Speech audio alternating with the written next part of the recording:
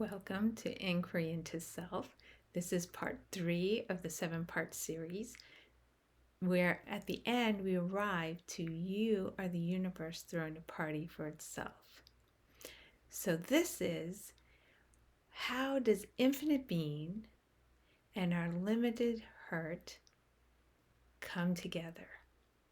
So we start by just noticing that infinite being has this immense capacity for holding. What we are is not threatened by our experiences. It doesn't have to push them away. Instead, it can pull them close.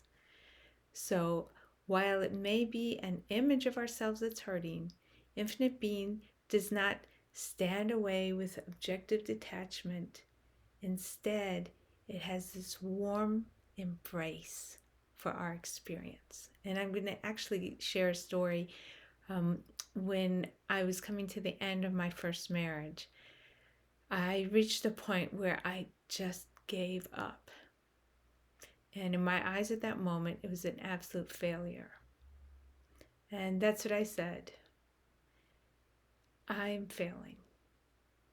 And at the moment that I completely accepted that it was the end, this love flooded through me for myself and for the whole world.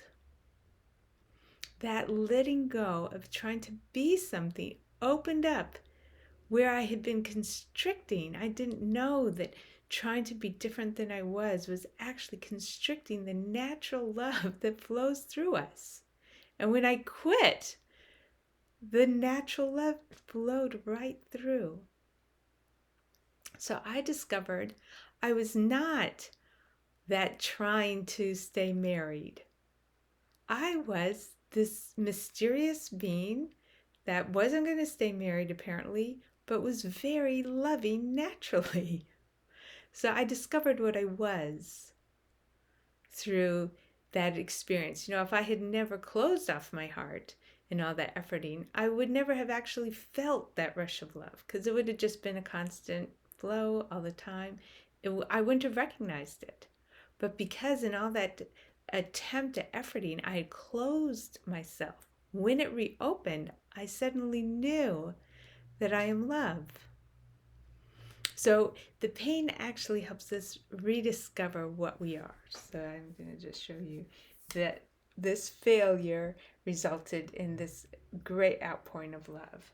Other things, and all the videos up till now have been all these turnarounds showing how moments of pain turn out to be gifts. So this is an endless possibility here. But oftentimes, after going through something very painful, I'll discover a capacity for compassion. And I wouldn't have had that had I not experienced this story of pain. Or I'll discover how much inner strength I have. In fact, lots of times we're in the middle of pain. We feel like we can't bear it. We think we're totally powerless and unable to go forward. And yet somehow, here we are, going forward, going forward, going forward.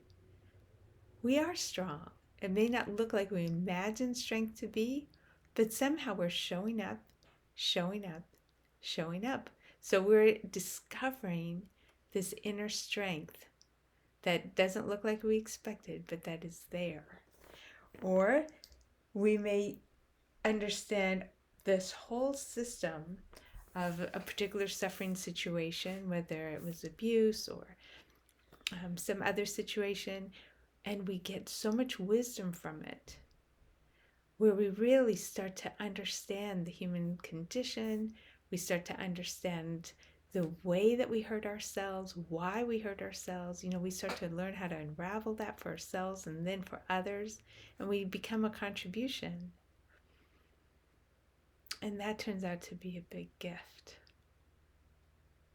Most people who end up helping others because they went through something difficult will say that the experience of helping all those others was worth the pain they went through.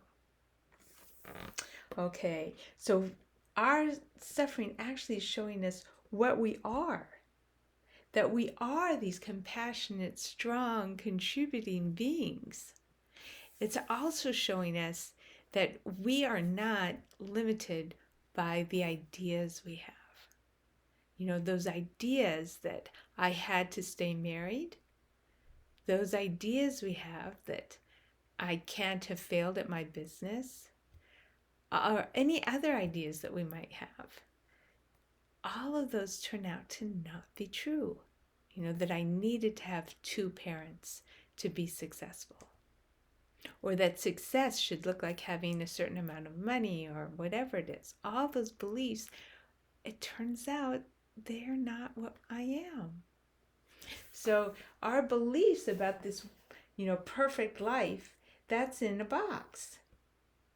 And whether or not we're getting this idea of a perfect life in a box, or we're not getting it and we're upset, either one, the happy side or the sad side, is still a box. And what we are is not a box. What we are is fluid life unfolding. And every time we hurt, we just have to check and see what illusion, what falsehood have we attached onto in that moment, because without that, we're back in this fluid being, in this divine mystery that is right now and right now, where no past is actually real, no future is actually real, where no judgment, no evaluation is actually real. And now we're in discovery, we're in curiosity, and this mystery is what we are. So when we come together between what looks like it hurts and our infinite being, we end up actually feeling the mystery.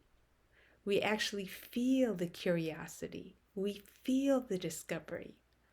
And we know what we are with greater clarity. And then this starts to get more and more wonderful. So watch for the next segment.